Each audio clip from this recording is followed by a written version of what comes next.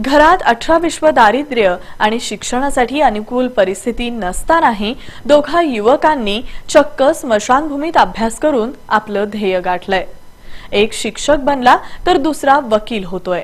पाहुयात हा विशेष वृत्तांत।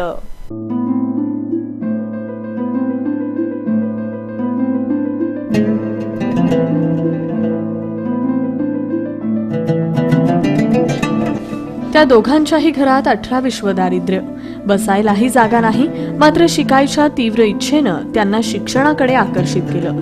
अखेर या दोन्ही युवकांनी जुना कारंबा स्मशानभूमीचा आसरा घेतला आणि आपलं ध्येय गाठलं। अतिशय प्रतिकूल परिस्थितीशी सामना करत आपलं ध्येय गाठत कारंबा नाका येथील 2 युवकांनी समाजासमोर आदर्श ठेवलाय। इंद्रजित बागले हे पालिका शाळेत शिक्षक म्हणून कार्यरत आहेत, तर मलिक कांबळे यांनी विधी शाखेच्या अंतिम वर्षाची परीक्षा दिली आहे। अभ्यासासाठी जागा नसल्यानं त्यांनी कारंबा स्मशानभूमीचा आसरा घेतला। शांतीपूर्ण वातावरण असलेल्या स्मशानात त्यांनी रोज सलग 12-12 तास अभ्यास करून यश संपादन केलंय। बागले हे सध्या महानगरपालिकेच्या शाळा क्रमांक 21 मध्ये कार्यरत आहेत। घरची परिस्थिती अतिशय हालाखीची, वडील मजूर, त्यामुळे आर्थिक स्थितीही बेताचीच। असं असलं तरी मुलांना शिकवायचं ध्येय, त्यासाठी त्यांनी अनेक खस्ता खाल्ल्या, पण मुलाला अभ्यासासाठी आवश्यक साधन सामग्री पुरवली। बागले यांनीही वडिलांचं स्वप्न पूर्ण करण्यासाठी सर्वस्व पणाला लावलं। कारंबा स्मशानभूमीत बसून अभ्यास करून D.Edचं शिक्षण पूर्ण केलं। विधी शाखेची अंतिम परीक्षा दिलेल्या मलिक कांबळे यांचीही हीच स्थिती। वडील मोलमजुरी करणारे, तर आई गृहिणी। वडिलांवर डॉक्टर बाबासाहेब आंबेडकरांचा मोठा प्रभाव।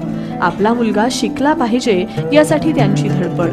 शिका, संघटित व्हा आणि संघर्ष करा हे ब्रीद वाक्य डोळ्यासमोर ठेवून त्यांनी आपल्या मुलाला शिकवलं। मलिक यांचं शिक्षण शिवाजी रात्र महाविद्यालयात आणि विधी शाखेचं शिक्षण दयानंद महाविद्यालयात झालं। अभ्यास करण्यासाठी घरात जागेचा अभाव असल्यानं मलिक यांनीही कारंबा स्मशानभूमीत अभ्यास केला।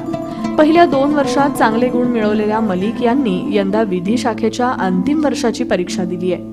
सध्या एका नामवंत वकिलाकडे प्रॅक्टिसही सुरू केली आहे। उपेक्षित वंचितांना शिक्षण मिळालं पाहिजे या विचारानं प्रेरित होऊन शिक्षक झाल्याचं इंद्रजित बागले म्हणाले। परिस्थिती म्हणजे आई गृहिणी म्हणून काम करते आणि वडील सध्या महानगरपालिकेमध्ये बदली कामगार म्हणून कार्यरत आहेत। माझं शिक्षण BA D.Ed झालेलं आहे। या स्मशानभूमीमध्ये 10 ते 12 तास अभ्यास करून म्हणजे माझं शिक्षण पूर्ण केलेलं आहे आणि पुढचा देखील मी MPSCचा अभ्यास करत आहे या ठिकाणीच। सध्या शिक्षक म्हणून मी मानधनवर महानगरपालिकेच्या 21 नंबर शाळेमध्ये कार्यरत आहे। इतर वातावरणापेक्षा इथं शांततेचं वातावरण आहे, म्हणजे बाहेर गोंगाट असतो, या ठिकाणी शांततेचं वातावरण आहे, त्यामुळे इथं समाधान वाटतं अभ्यास करण्यासाठी। वातावरण इथं चांगलं आहे। वकील होण्याचं स्वप्न पूर्ण होत असल्यानं आनंद होत असल्याचं मलिक कांबळे यांनी सांगितलं। माझे वडील सध्या बदली कामगार म्हणून महानगरपालिकेमध्ये कार्यरत आहेत आणि आई गृहिणी आहे। मी जवळपास जुना कारंबा नाका स्मशानभूमीमध्ये 6 वर्षापासून अभ्यास करीत आहे।